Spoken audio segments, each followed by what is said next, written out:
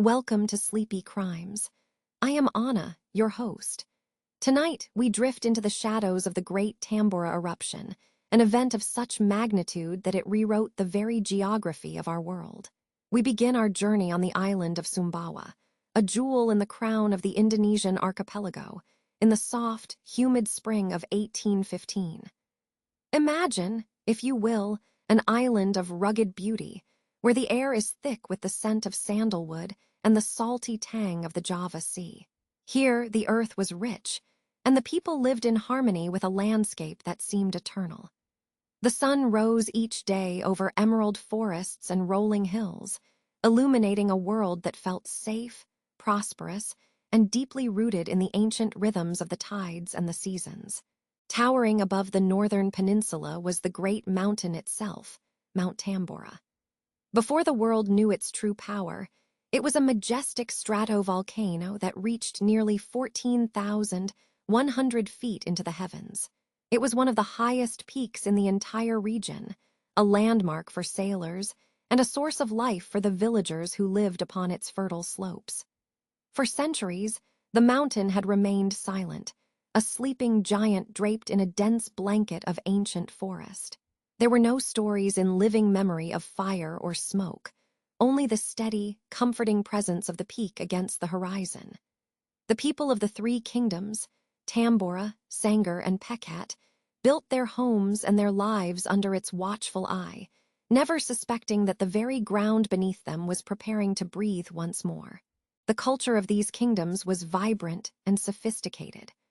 Archaeologists would later find remnants of their lives, delicate bronze bowls and fine china from distant lands like Cambodia and Vietnam, suggesting a people who were wealthy traders and skilled artisans.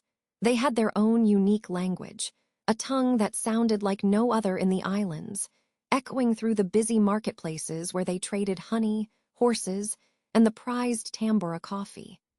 Life was a tapestry of color and sound, the laughter of children playing in the surf, the lowing of cattle in the fields, and the rhythmic clinking of metal workers. It was a civilization at its height, a peaceful world of trade and tradition, entirely unaware that the year 1815 would mark its final chapter. The first whispers of the coming change were subtle.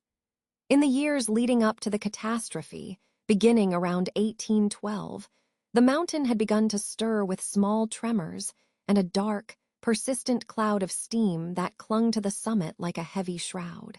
But on the evening of April 5th, 1815, the mountain finally spoke with a voice that could not be ignored. A sudden, thunderous boom echoed across the water, a sound so sharp and rhythmic that it was instantly mistaken for the firing of cannons. In Batavia, over 780 miles away, the British authorities grew alarmed, fearing a naval attack or a distant battle. Ships were readied and troops were alerted, as the air itself seemed to vibrate with the percussive force of an unseen war unfolding over the horizon. On Sumbawa, the sound was deafening, a sequence of detonations that rattled the bones of the earth and shook the very foundations of the wooden homes. But as the echoes faded, a strange and eerie silence followed. The first dusting of ash began to descend, a fine gray powder that fell like ghostly snow upon the broad leaves of the coffee plants and the thatched roofs of the houses. It was light at first, almost delicate, but it carried with it the sharp, biting scent of sulfur that stung the back of the throat. The birds in the forest went quiet, their songs replaced by a heavy stillness. The horses stood frozen in their paddocks, sensing a tension in the atmosphere that the humans could not yet fully name. The sky, once a brilliant indigo, began to take on a sickly, bruised hue as the sun struggled to pierce through the gathering haze.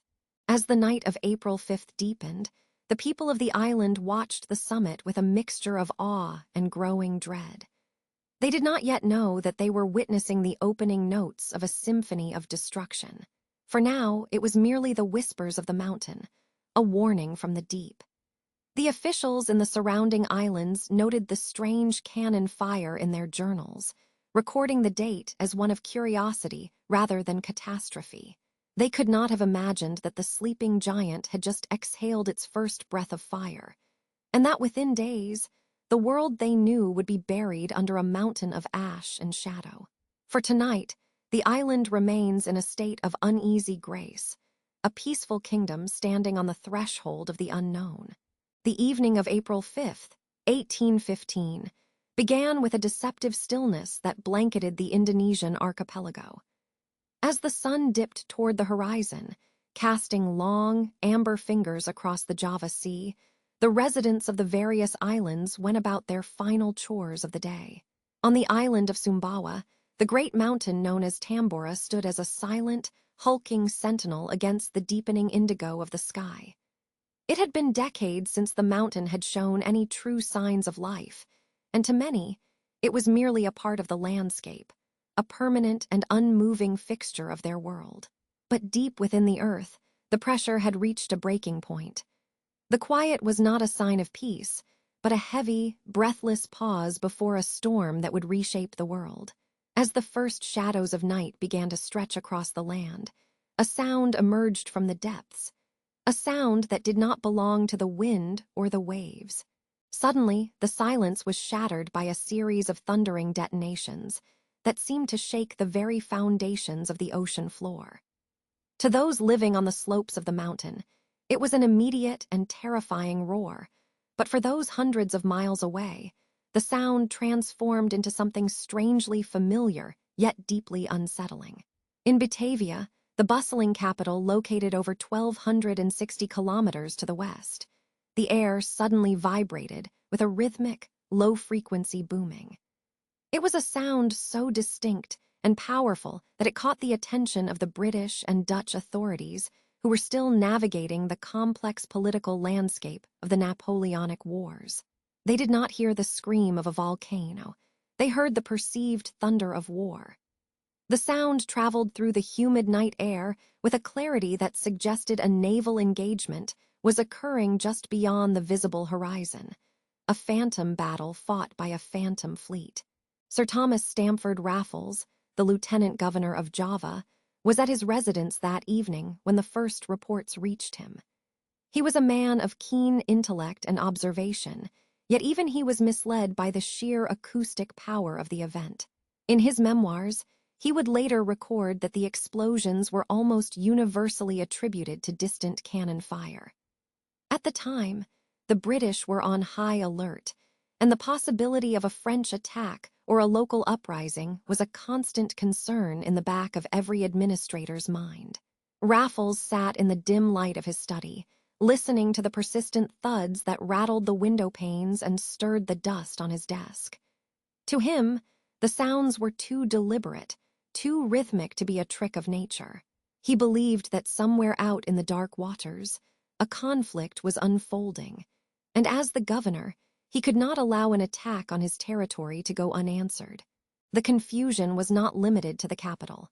In Yogyakarta, known then as Yogyakarta, the military commanders reacted with swift and decisive action. Convinced that a neighboring post was under siege, a detachment of troops was ordered to march immediately. One can imagine the scene. The clinking of bayonets and the heavy hoofbeats of horses echoing through the night as soldiers prepared for a battle that did not exist.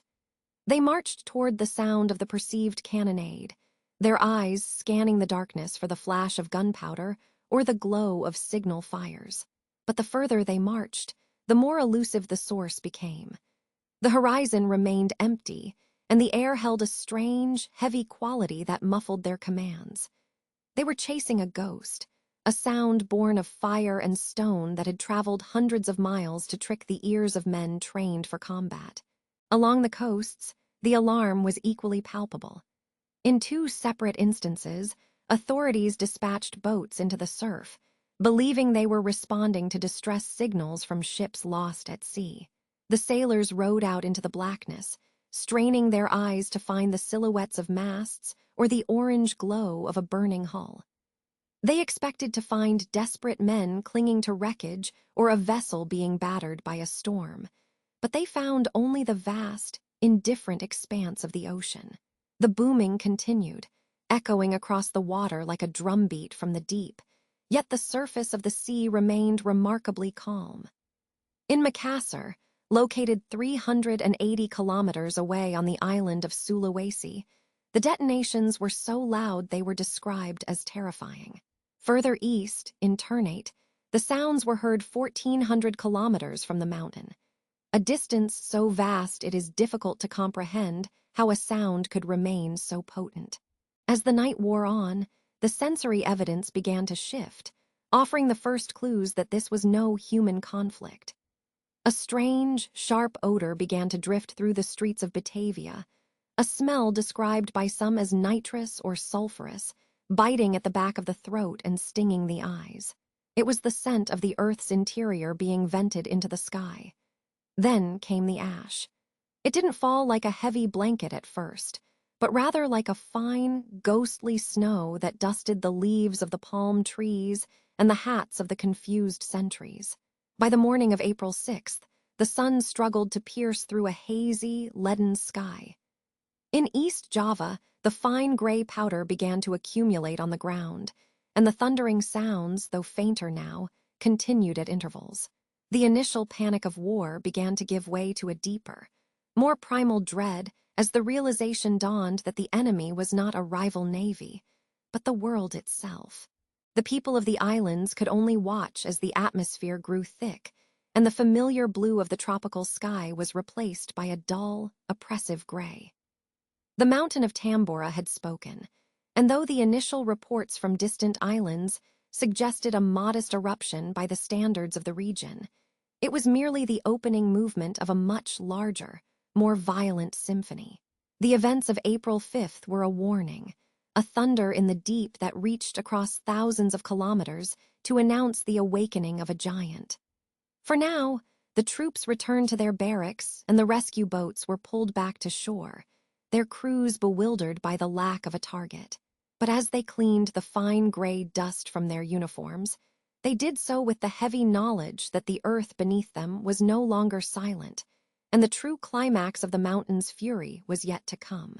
The gray haze that had defined the morning of April 10th, 1815, was no longer just a visual shift in the tropical sky. It had become a physical weight, a stifling blanket that seemed to press the very breath from the lungs of those living in the shadow of the great peak.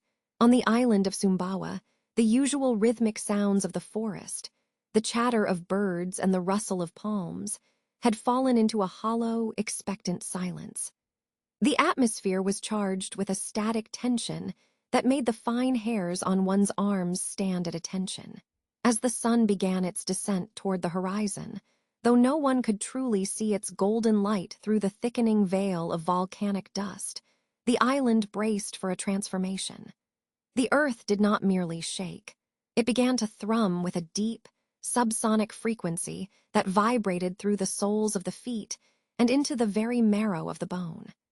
It was a warning written in the language of the deep earth, a signal that the pressure building within the mountain's core had finally reached its breaking point.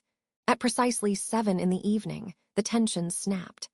From the summit of Mount Tambora, 3 distinct columns of brilliant, incandescent flame erupted into the darkening sky. Imagine the sight from a distance: 3 pillars of liquid light, each a different shade of violent orange and blinding white, piercing the heavy clouds of ash. These were not mere flickers of fire, but massive geysers of molten earth, roaring with the sound of 1,000 thunderstorms unleashed at once. Witnesses described them as pillars reaching so high into the heavens that they seemed to be supporting the weight of the sky itself. For a few moments, these 3 separate rivers of fire stood independently, casting a hellish glow over the landscape that made every leaf and every stone appear as if it were carved from cooling embers. The heat radiating from the mountain was so intense that the air itself seemed to shimmer and warp, distorting the very silhouette of the island. Then, in a display of terrifying unity, the 3 columns began to lean toward one another. High in the stratosphere, at an altitude of nearly 43 kilometers, their tops merged into a single, swirling vortex of flame and smoke. The sky was no longer a canopy, it was a boiling sea of fire. This was the moment the mountain truly began to dissolve. The entire peak appeared to melt, becoming what the Raja of Sagar later described as a body of liquid fire extending itself in every direction. This molten mass didn't just sit atop the crater. It flowed with a fluid, predatory grace, consuming the lush forests and the ancient villages that had sat peacefully on the slopes for centuries. The sound of this collapse was so immense that it was heard as far away as Sumatra, over 2,000 kilometers to the west, where people mistook the booming echoes for the discharge of distant heavy artillery. As the fire consumed the summit, a violent atmospheric reaction began to take hold. The sudden, extreme heat generated by the eruption created its own weather system, spawning hurricane-force winds that spiraled around the mountain. This was not a wind of cooling relief, but a scorching whirlwind that tore through the principalities of Tambora and Pekat. It possessed a strength that seemed supernatural, uprooting massive trees, as if they were nothing more than dry grass and lifting houses, cattle, and even people high into the air. In the coastal regions, the sea reacted to the violent tremors of the earth. A series of tsunamis, some reaching nearly 4 meters in height, surged inward, sweeping over the low-lying rice fields and pulling everything back into the churning, ash-filled depths of the ocean. The once vibrant settlements were being systematically erased, trapped between a sky of fire and a rising, darkened sea. By 8 in the evening, the nature of the rain changed. It was no longer the soft, powdery ash of the previous days, but a heavy, rhythmic bombardment of pumice stones. Some of these stones were as large as 20 centimeters in diameter, falling from the blackness like jagged hail. They struck the thatched roofs of homes with the force of thrown rocks, the sound a deafening clatter that drowned out the cries of the terrified. The air grew hot and thick with the smell of sulfur and scorched stone, a dry, metallic scent that coated the back of the throat. People huddled in whatever shelter they could find, listening to the relentless drumming of the mountain's debris against their walls. Each stone was a piece of the mountain's heart, cooled and hardened in its flight through the upper atmosphere before being reclaimed by gravity and sent back down to the earth below. Then, between 9 and 10 at night, the fire that had illuminated the tragedy began to be swallowed by its own creation. The volume of ash being pumped into the air became so dense that it began to filter out every single ray of light. The glowing columns of fire were veiled behind a wall of soot, and the island was plunged into a darkness so absolute that it felt tangible. This was a pitch blackness that no torch or candle could pierce, a midnight of the soul that would last for 3 full days across the archipelago. The sun, which should have risen the following morning to reveal the extent of the damage, was completely erased from the sky. In this total absence of light, the survivors could only listen. They listened to the distant, muffled roars of the mountain, the soft, relentless hiss of falling ash, and the eerie, hollow whistling of the wind through a landscape that was rapidly becoming a graveyard of gray. In the hours that followed the peak of the eruption, the silence that descended was perhaps more frightening than the noise that had preceded it. The ash fell with a weightless, snow-like grace, settling in deep drifts that muffled the world. It buried the ruins of the houses, the broken trees, and the silent streets. The heat of the initial blast began to dissipate, replaced by a strange, unnatural chill as the sun's warmth was blocked by the shroud in the stratosphere. Under this heavy, dark curtain, the world seemed to have ended. There was no horizon, no sky, and no earth, only the slow, steady accumulation of the mountain's remains. As the people of Sumbawa waited in the darkness, they did not yet know that the fire that had swallowed their sun was already beginning its journey across the globe, carrying the winter of 1816 within its microscopic grains of dust. In the minutes after the great thunder ceased, a new kind of terror took hold. It was the sound of nothing. The air, once filled with the calls of birds and the rhythmic pulse of a coastal kingdom, became a heavy, suffocating weight. Ash did not just fall. It descended like a gray, velvet curtain, pulling the world into a premature and permanent night. We must understand that for the people of the Kingdom of Tambora, this was not just a natural disaster. It was the erasure of their entire universe. In the darkness of 1815, a unique civilization was being swallowed whole, not by the sea, but by the very earth beneath their feet. It was a burial of breath and bone. Before the fire came, Tambora was a place of remarkable vibrancy. Imagine a maritime trading state nestled on the western flanks of the Sangir Peninsula. It was a kingdom that did not fit the patterns of its neighbors. While others shared similar customs, the Tambors were distinct. They were a people of the horse and the honey. They traded sandalwood that filled the air with a sweet, woody perfume, and sapan wood used to create the most vibrant red dyes. Their markets would have been a kaleidoscope of sounds, with merchants from as far as Vietnam and Cambodia pulling their vessels into the harbor. They were prosperous and proud. Their houses were built on sturdy wooden stilts, raised above the ground to catch the cooling breezes. But perhaps the most profound loss was the language itself. Imagine a tongue so unique that it stood as a linguistic island in a sea of regional dialects. This was the Tambora language. We only know of its existence because of a few brief encounters with European explorers, most notably Thomas Stamford Raffles, who managed to record a mere 48 words before the end. 48 words are all that remains of a complex system of thought and poetry. It is believed by some to have been a Papuan language, an ancient outlier that had survived hundreds of miles west of its closest relatives. When the volcano claimed the kingdom, it claimed the voice of every person who spoke it. In a single evening, an entire branch of history was burned away. The clock moved toward 7 in the evening on April 11th. The peak of the mountain had already surrendered to the sky, but the true devastation arrived in the form of a pyroclastic surge. This was not a slow-moving river of lava. It was a hurricane of superheated gas and pulverized rock, racing down the slopes at speeds that defy the imagination. It moved faster than a galloping horse, faster than a person could scream. When it reached the village, it did not just destroy, it transformed. The heat was so intense that it carbonized everything it touched. Wood became charcoal in seconds. Life was stopped mid-motion. The surge toppled the wooden structures, flattening the village and burying it under a layer of debris nearly 3 meters deep. For nearly 2 centuries, the Kingdom of Tambora was considered a myth, a ghost story told by survivors on neighboring islands.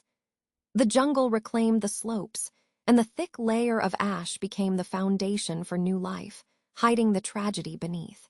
It was not until 2004 that scientists, led by Harald Sigurdsson, used ground-penetrating radar to peer through the earth. What they found was a moment frozen in time. Under 10 feet of volcanic material, they unearthed a small house. It was a humble structure, yet it held the heavy weight of history. The beams were charred black, turned to solid carbon, but they still held the shape of the home they once were. It was the Pompeii of the East.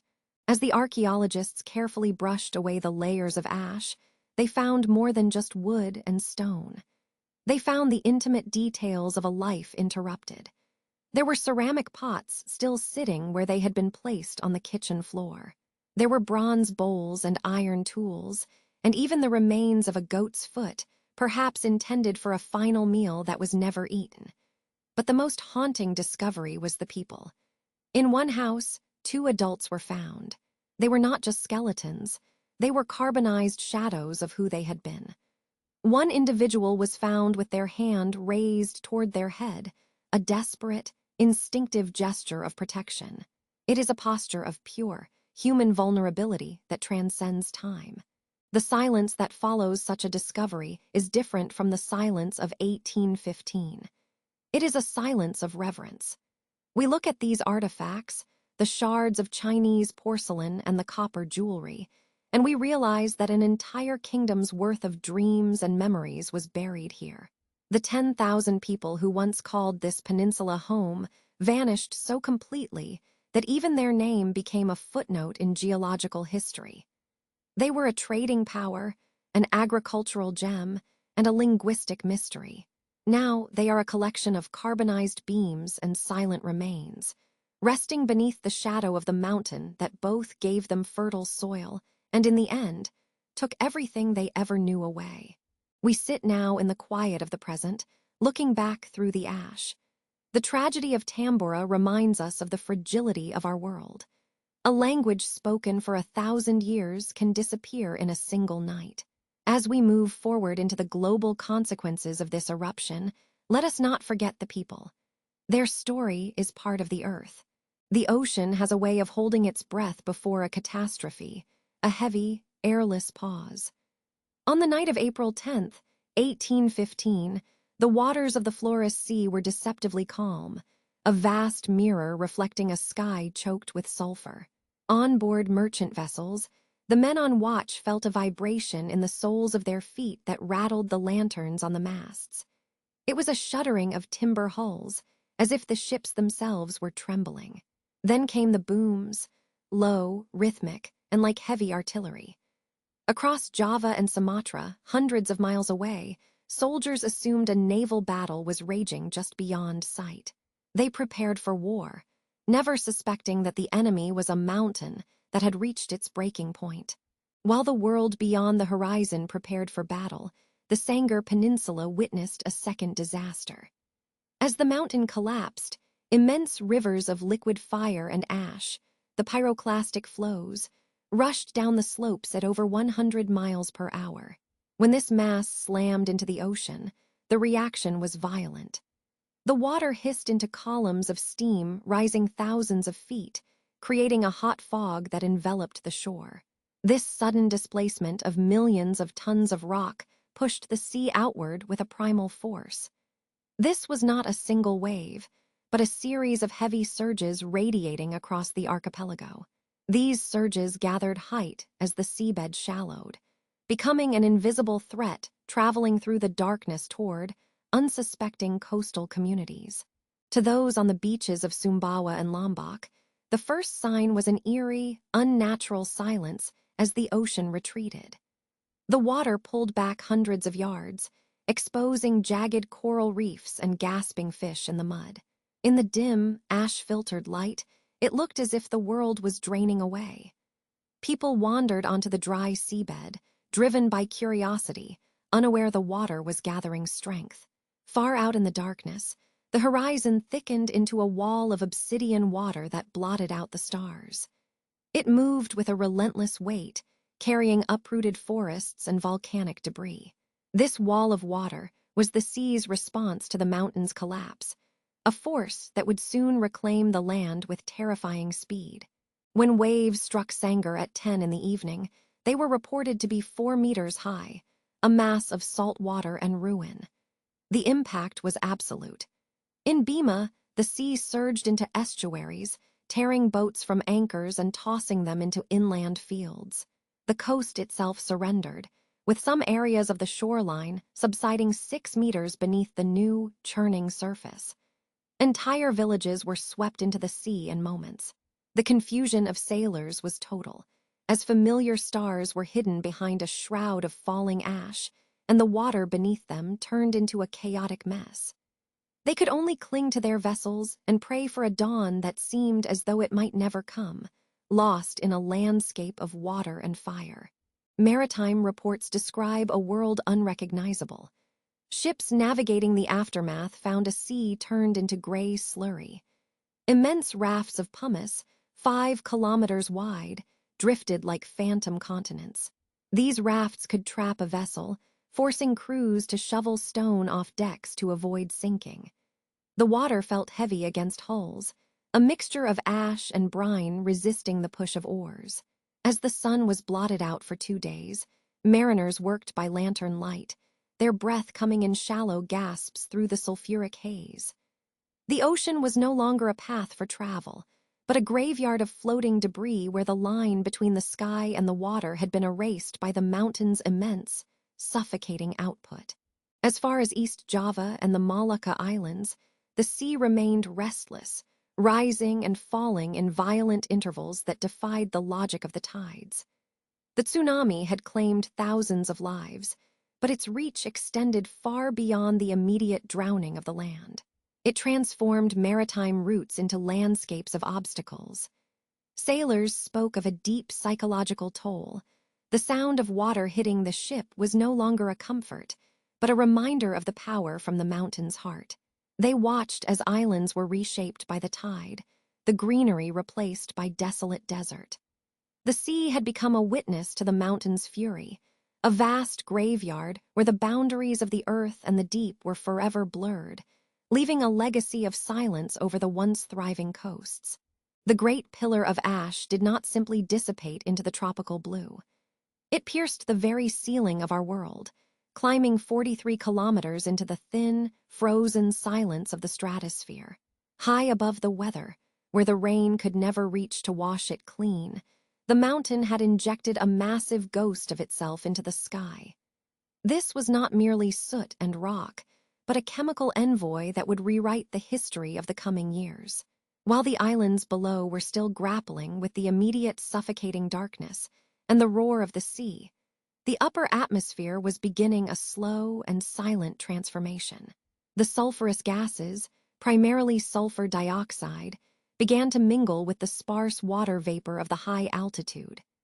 In this cold, rarefied space, a silent reaction occurred, birthing trillions upon trillions of microscopic sulfate aerosols.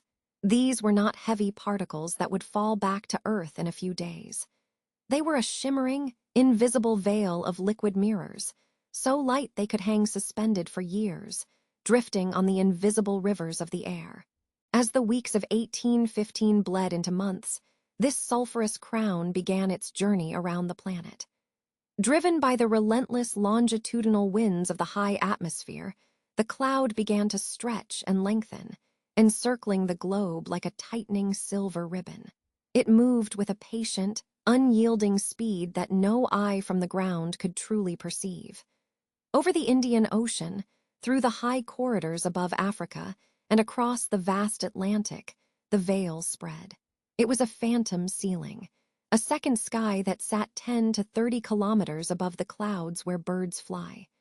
To a casual observer on the ground in London or Philadelphia, the change was subtle at first.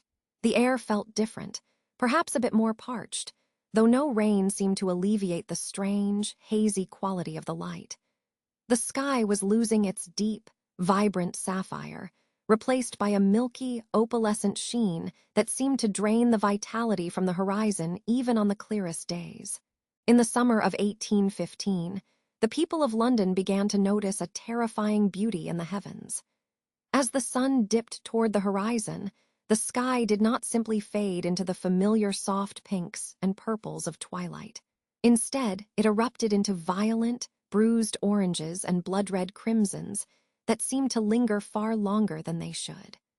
The particles high above were scattering the shorter blue wavelengths of light, allowing only the long, fiery reds to penetrate the haze. It was a spectacle that captivated the great painters of the era, who captured these strange, incandescent sunsets without knowing they were painting the dying breath of a volcano thousands of miles away. But beneath the beauty lay a deepening chill. The sunlight that did reach the surface was filtered and weakened. The warmth was being stolen, reflected back into the cold void of space by that shimmering layer of volcanic glass and acid. The earth was beginning to cool, caught in the shadow of an invisible umbrella that spanned the entire northern hemisphere. By the time the calendar turned toward the end of the year, the veil had become a persistent companion to the world.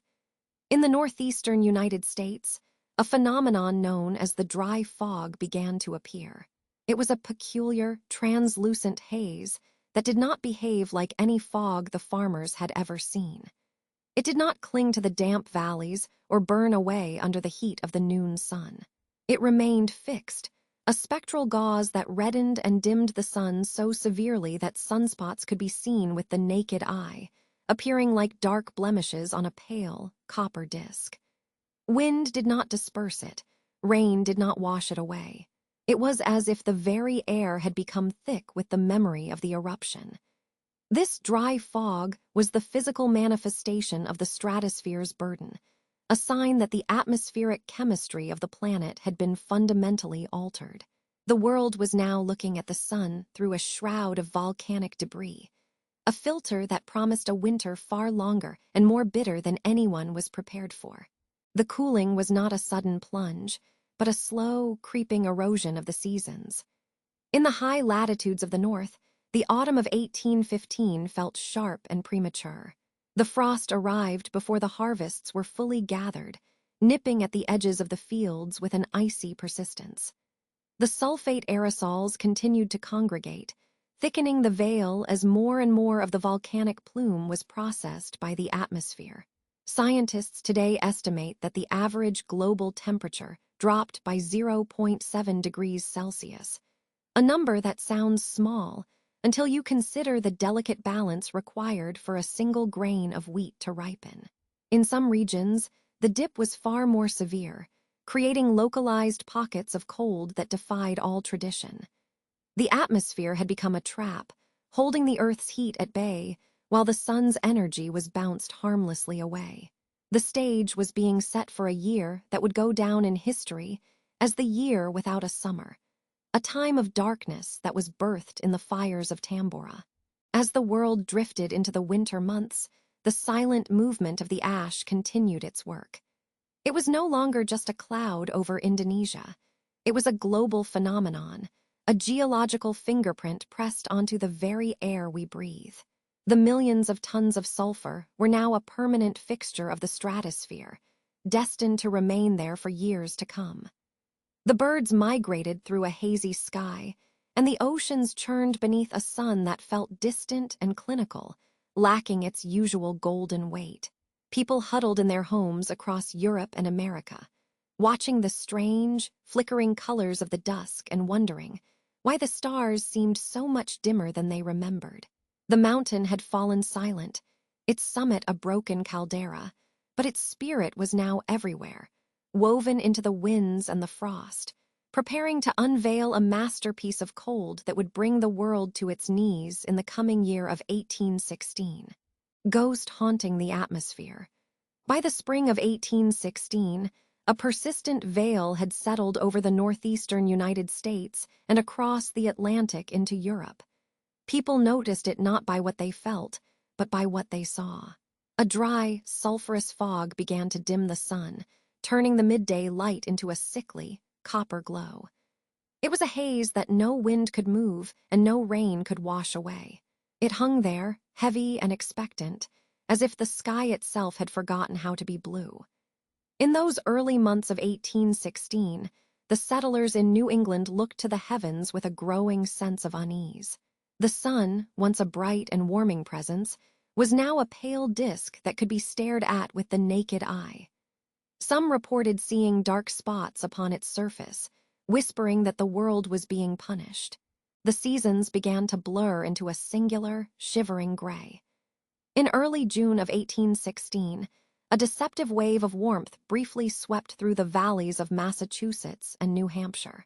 For a few short hours, the thermometer rose to 92 degrees, and the farmers began to plant their corn and wheat, thinking the danger had passed. But by that afternoon, the wind shifted. A cold front, sharp as a blade, tore down from the north. Within hours, the temperature plummeted to 43 degrees. By the morning of June 6th, the world had turned white. In Albany, New York, and Dennisville, Maine, the people woke to a sight that defied all logic. 6 inches of heavy, wet snow blanketing the green shoots of June. It was the beginning of what the locals would come to call the Summer of Mittens, or 1800, and froze to death. Imagine the quiet desperation of a farmstead in Vermont during those middle months. July is usually a time of thick heat and the hum of insects, but in 1816, the insects were silent, frozen in the soil. The rivers, which should have been flowing clear and warm, were filmed with ice. On the 7th of July, a hard frost settled over the fields, blackening the corn where it stood. Farmers went out in the middle of the night with lanterns, trying to build small fires to save a single acre of grain. But the cold was a living thing, relentless and hungry. It crept into the barns where the livestock huddled, their breath blooming in the dark like smoke. By August, the realization had settled in that there would be no harvest. The corn was stunted and moldy, unfit even for the cattle. Mothers looked at the dwindling sacks of flour, wondering how they would survive. Across the ocean, the story was even more grim. In Ireland and Great Britain, the volcanic winter did not bring snow so much as it brought a cold, unending deluge. For weeks on end, the rain fell in a gray curtain, rotting the potato crops in the ground. The wheat and oats, heavy with moisture, turned to mush before they could be threshed. In the ports of Europe, the prices of grain began to soar, climbing 400 and even 800% as the scarcity took hold. This was a subsistence crisis of a magnitude that had not been seen in centuries. In Switzerland, the clouds were so thick and the storms so violent that travelers were trapped inside for days. It was under this oppressive, lightless sky that Mary Shelley sat in a villa by Lake Geneva, listening to the thunder, and began to write of a monster brought to life in a world without sun. The economic ripples were as cold as the frost. In Germany, the failure of the harvest meant there was no fodder for the horses. The animals, once the lifeblood of transportation and trade, began to die of starvation or were slaughtered because they could no longer be fed. It was this specific desperation that led an inventor named Karl Dries to seek a way to move across the land without the need for an animal. He designed a wooden machine with 2 wheels that a man could stride upon, a precursor to the bicycle born from the hunger of 1816. But for most, there was no invention to save them. Thousands in the Rhineland packed what little they had into carts, turning their backs on frozen farms to head toward the ports.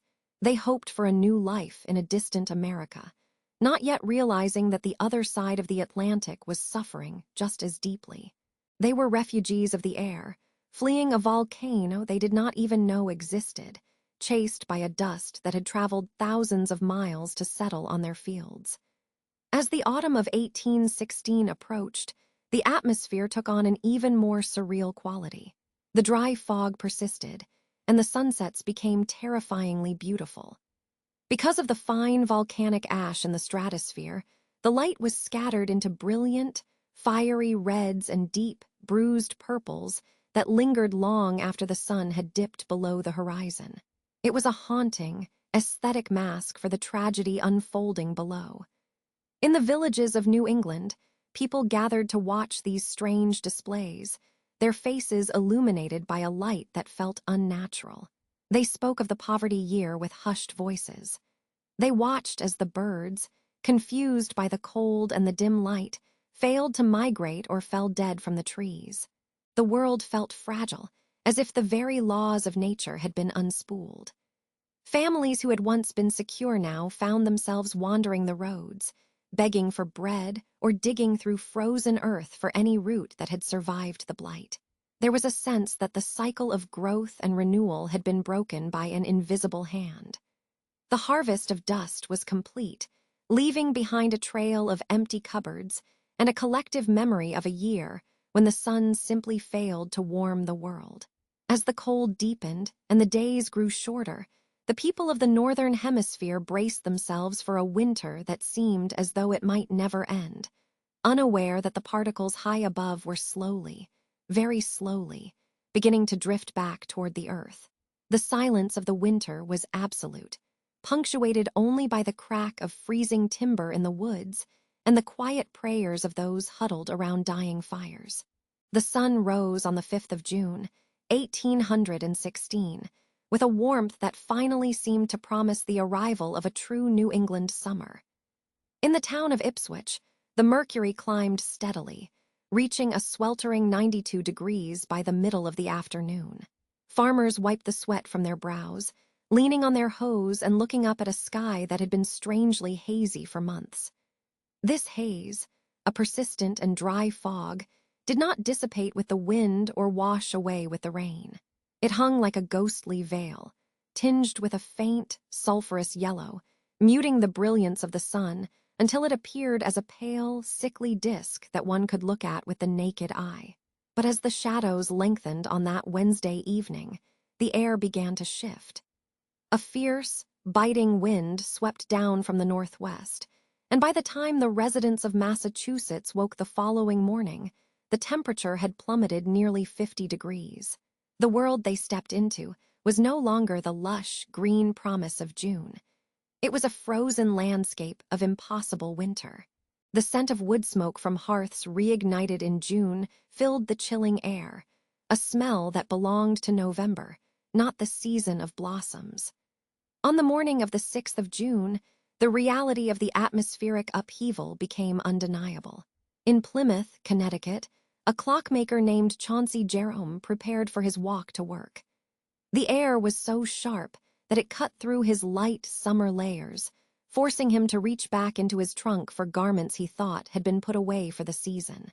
He donned heavy woolen trousers, a thick overcoat, and pulled on a pair of mittens before stepping out into a world where snow was falling in thick, heavy flakes. The sight was surreal, the white crystals landing on the tender green leaves of the maples and the emerging shoots of the corn. Jerome later wrote of the day with a sense of profound disorientation, noting that his hands grew so cold, even within his mittens, that he was forced to lay down his tools. It was a day that defied the very order of the universe, a day when the calendar said June, but the sky screamed January. As the storm intensified over the next 3 days, the snow began to accumulate with a vengeance usually reserved for the deepest months of the year. In the higher elevations of Vermont, the drifts grew to heights that were truly terrifying for the season. In the town of Cabot, residents measured the snowfall at 18 inches deep. The weight of the wet, heavy snow bowed the branches of trees that were already in full leaf, the sound of snapping timber echoing through the woods like the crack of a hunter's rifle. Along the coast, from Maine down to New Jersey, severe frosts gripped the earth for 5 consecutive nights. Water left standing in basins overnight turned to solid blocks of ice, and the thin, translucent sheets of glass that formed over the rivers reflected a sky that remained a bruised and dusty gray. People began to call this period 1800 and froze to death, a grim joke that masked a growing, hollow fear in the pits of their stomachs that the very laws of nature had been unspooled. The psychological toll of this frozen June is etched into the journals of those who lived through it. Adino Brackett, a resident of Lancaster, New Hampshire, attempted to keep a faithful record of the weather, but as the month wore on, his entries grew sparse and heavy with a weary resignation. He noted that the snow squalls and cold northwest winds were beyond anything he had ever known. By the end of the season, his despair was so complete that he wrote he had kept no further account of the weather because the cold and misery were simply too much to bear. It was a sentiment shared by many, a collective feeling that the world was broken. The dry fog continued to redden the sun, and some believed that sunspots, visible through the volcanic haze, were the cause of the Earth's cooling. They watched the sky with a mixture of prayer and superstition, wondering if the warmth would ever return, or if they were witnessing the beginning of a permanent, sulphurous twilight. Beneath the snow and the frost, the year's hope was dying. The corn, which was the lifeblood of the New England farm, was blackened and withered by the sub-freezing temperatures. In many fields, the young plants were killed right down to the roots. Farmers tried desperately to save what they could, building fires around their garden plots to ward off the midnight chill, but the cold was a relentless intruder. Even the wildlife suffered. Migratory birds that had returned north for the spring were found dead in the fields, their tiny bodies littering the frozen furrows of the earth. The price of grain began to soar as the realization took hold that there might be no harvest at all. Oats, which had cost 12 cents a bushel, jumped to 92 cents, and families began to slaughter their livestock because there was no hay to feed them through the coming winter. In the quiet corners of Vermont, Stories began to circulate of villagers surviving on nothing but boiled nettles and hedgehogs. By the time the calendar turned to July, the desperation had catalyzed into a mass movement. The Ohio fever began to burn through the freezing communities of the Northeast. If the land of their fathers could no longer provide for them, if the seasons themselves had turned traitor, then they would seek a new life in the West. Thousands of families packed what remained of their lives into heavy wagons, the wooden wheels creaking as they began the long journey toward the Ohio country and the Midwest. It is estimated that between 10 and 15,000 people fled Vermont alone in the wake of that bitter summer. The wagons moved in long, dusty lines, the rhythmic clop of hooves on frozen mud, a funeral march for the life they were abandoning. They left behind empty farmhouses and silent fields, choosing the uncertainty of the frontier over the certainty of starvation. They moved toward a promise of warmer soil, leaving New England to grapple with an economy in ruins and a landscape that felt increasingly like a ghost of its former self, waiting for a sun that had forgotten how to burn. The shadows that stretched across the continents in 1816 were not merely of the earth, they were of the mind. As the sulphurous veil of Mount Tambora drifted over Europe, it transformed the alpine peaks of Switzerland into a landscape of perpetual twilight. In the village of Cologne, the shores of Lake Geneva usually sparkled with the crystalline reflection of the sun. But that year, the water was as dark as hammered lead. The air was perpetually damp, heavy with a cold that seeped through the thickest wool and settled into the marrow of the bone. High above the lake sat the Villa Diodati, a grand mansion of stone and history, now wrapped in the relentless embrace of a storm that seemed to have no end. For the group of young travelers gathered within its walls, the weather was not just an inconvenience. It was a psychological weight, a gray ceiling that had lowered itself over their spirits, trapping them in a world where the sun had simply forgotten to rise. Inside the villa, the flicker of candlelight was the only reprieve from the gloom. 5 souls found themselves huddled against the chill. The scandalous Lord Byron, his young physician John Polidori, the poet Percy Bysshe Shelley, the 18-year-old Mary Godwin, and her stepsister Claire Claremont. They had arrived with dreams of hiking through the sun-drenched Jura Mountains, of sailing across the azure waters, but instead, they were prisoners of the rain.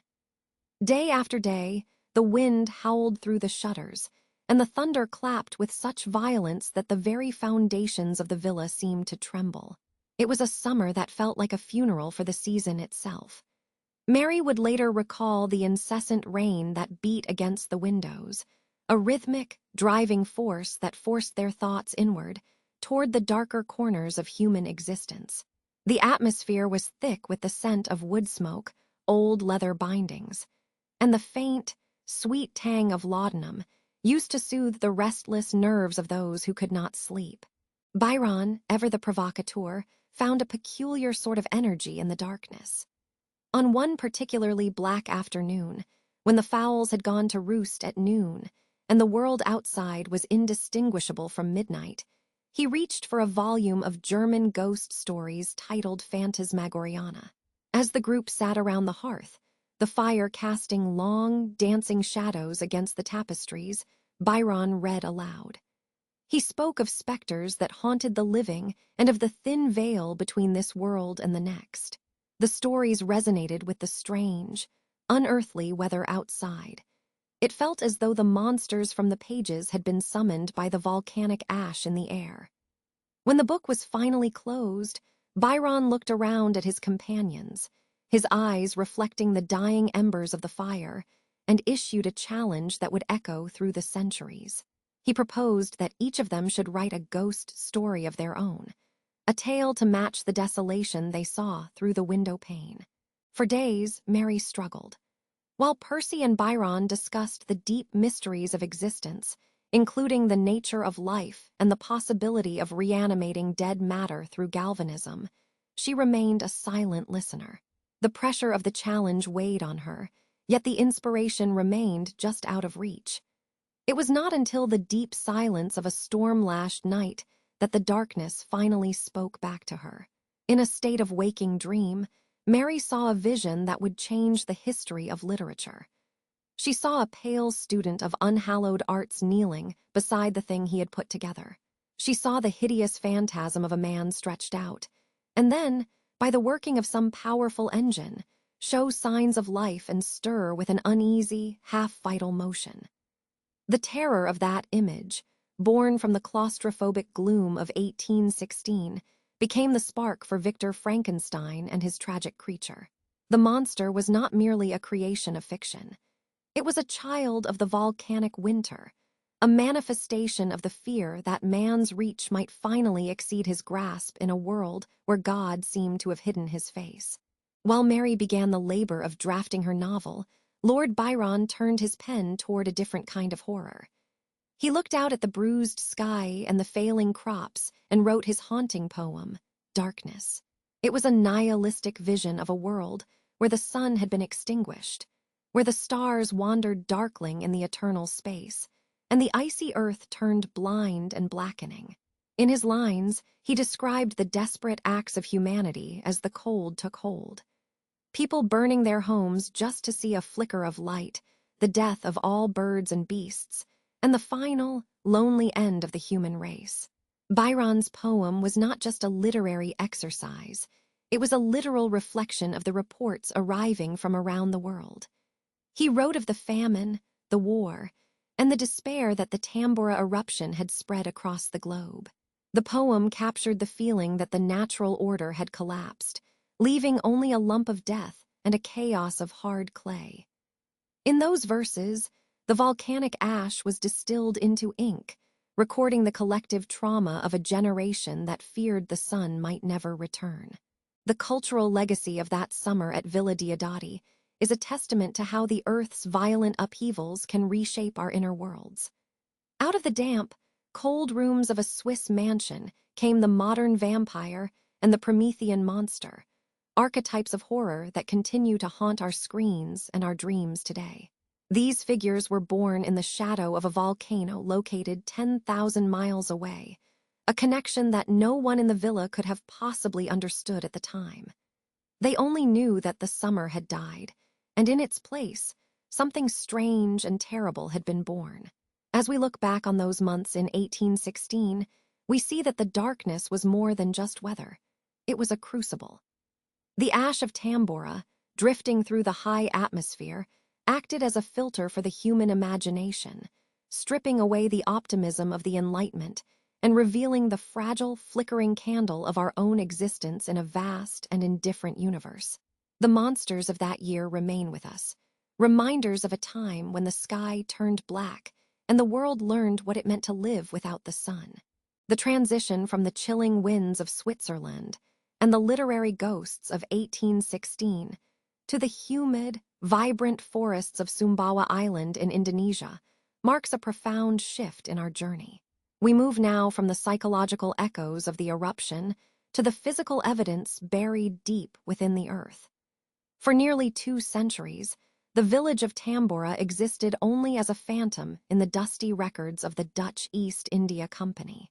It was a kingdom of perhaps 10,000 people, a thriving center of trade and culture that was erased from the map in a single, violent afternoon in 1815. For generations, the jungle grew thick and indifferent over the site, hiding the deep layers of pumice and ash that the mountain had vomited forth. The world had forgotten exactly where the people of Tambora had lived, until a curious discovery in the late 20th century began to pull the veil back from the past. In the year 2004, a team of dedicated scientists led by the volcanologist Haraldur Sigurdsson arrived on the western flank of the mountain. They were drawn by reports from local villagers who had found fragments of pottery and charred timber in a deep ravine that had been carved out by seasonal rains. This place became known as the Museum Gully, a natural wound in the earth that exposed the dark secrets of 1815. The air in the jungle was heavy with moisture, the scent of damp moss and decaying leaves thick around the researchers as they stood upon the slopes. They weren't just looking for rocks or geological data. They were looking for a lost civilization. Using ground-penetrating radar, they began to peer through 3 meters of volcanic debris, searching for the outlines of a world that had been frozen in time by the fire of the mountain. The radar images revealed something extraordinary. Beneath the gray, compacted ash lay the distinct shapes of human structures. When the team finally broke ground, they had to move with extreme care, using small brushes and delicate tools to clear away the heavy pumice. What they found was a house, remarkably preserved, yet transformed. The intense heat of the pyroclastic flow, which had reached temperatures of over 500 degrees Celsius, had not simply burned the wooden structure. It had carbonized it. The bamboo floors and the thick wooden stilts that held the house aloft had been turned into charcoal, effectively fossilizing the architecture in the very moment of its destruction. The researchers could see the weave of the thatched roof and the grain of the timber, a dark, brittle skeleton of a home that had once been filled with life and conversation. Inside this carbonized shell, the team made a discovery that earned the site its nickname, the Pompeii of the East. In the area that served as the kitchen, they found the remains of a woman. She was caught in a pose of sudden, terrifying stillness. One of her hands was resting near a glass bowl, a fragile object that had partially melted and fused under the extreme heat of the eruption. It is a haunting image to consider, a person engaged in the most mundane of tasks, perhaps preparing a meal or tidying a shelf, when the sky fell in. The superheated gas and ash would have arrived with such speed that there was no time to flee, no time to even process the catastrophe. She remained there, a silent witness for nearly 200 years, shielded from decay by the very substance that had taken her life. As the excavation expanded, more of the village's character began to emerge. This was not a settlement of poor farmers, but a wealthy and sophisticated kingdom. The researchers unearthed bronze bowls, iron tools, and finely decorated ceramic pots that shared a design language with cultures in Vietnam and Cambodia. They found jewelry and glass bottles, evidence of a people who were active participants in the great trade networks of Southeast Asia. The Tamborans were known for their horses, their honey, and the precious sandalwood and sappan wood they harvested from the mountain slopes. Yet, despite their prosperity and their connections to the wider world, their unique culture was silenced. The eruption was so complete in its devastation that the Tamboran language, a linguistic isolate unlike any other in the region, died with its people, leaving behind only these silent artifacts to speak for them. Standing in the museum gully today, one can almost feel the weight of those 3 meters of ash pressing down on the consciousness. The discovery of the village, located roughly 25 kilometers from the massive crater, reminds us of the sheer scale of the 1815 event. It was not just a geological occurrence. It was a human tragedy of such magnitude that it wiped an entire ethnic group and their history from the face of the earth. The work of the archaeologists in 2004 gave a name and a face back to the ghosts of the mountain.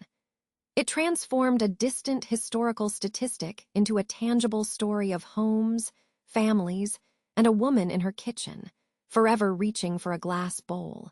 As we leave the silent streets of this buried kingdom, we carry with us the realization that beneath the beauty of the world lies a restless power, capable of preserving even as it destroys. The air at the summit of Mount Tambora today is surprisingly still. As the morning sun begins to crawl over the jagged lip of the horizon, it illuminates a landscape that is both beautiful and terrifying in its emptiness. Here, on the northern coast of Sumbawa Island, the world feels raw. You are standing on the rim of a massive, silent caldera, a circular abyss that spans 6 kilometers across and drops over 1,100 meters into the earth. The floor of this crater is a lonely place, often shrouded in a creeping mist that clings to the cooling volcanic rock. It is hard to reconcile this peaceful, windswept silence with the unimaginable violence of 1815. Today, hikers walk the same paths where once incandescent rivers of fire obliterated everything in their path. The mountain stands at 2,851 meters now, a mere ghost of its former self. Before the disaster, it reached 4,300 meters into the sky, serving as a beacon for sailors and a crown for the kingdoms below. The missing 1,500 meters of rock did not simply crumble. It was pulverized and cast into the heavens. The scale of that loss is difficult to grasp even when you are staring directly at the void where the peak used to be. 150 cubic kilometers of mountain vanished in a matter of days. To walk along the rim today is to walk along the edge of a wound in the earth that has never truly healed. Below the surface, the heat remains. Though the volcano is currently classified as being in a state of normal or dormant rest, it is still very much alive. In the small village of Doro Peti, on the mountain slopes, scientists at a dedicated monitoring post keep a constant, rhythmic watch. They look at the screens of seismographs, watching for the subtle, telltale squiggles of tectonic unrest. They know that the giant is not dead, only sleeping. In 2011, the mountain began to stir, coughing up white plumes of steam and triggering swarms of small earthquakes that reached through the floor of the caldera. For a brief moment, the world held its breath, reminded that the peace of the last 2 centuries is merely a blink in geological time. Reflecting on Tambora forces us to confront the extreme fragility of our modern world. In 1815, the news of the eruption took months to reach the ears of the Western world. When the summer of 1816 failed to arrive, bringing snow to New England in June and killing frosts to the fields of Europe, many had no idea that a distant mountain in Indonesia was the cause. Today, our societies are woven together by invisible threads of technology and commerce that are far more delicate. A repeat of the 1815 event would not just bring a year without a summer. It would paralyze global aviation, disrupt the satellite networks we rely on for every transaction, and plunge our highly optimized food chains into total chaos. We like to believe we have conquered nature with our steel and silicon, yet a single, well-placed puff of sulfur and ash from a summit like Tambora could reset the clock of human progress in an afternoon. In 2015, the area was officially designated as Mount Tambora National Park. It is a place of sanctuary now, where the rare yellow-crested cockatoo flies over the ancient ash deposits and wild deer roam through forests that have slowly reclaimed the scorched earth. There is a profound irony in how life returns to the scene of such total devastation.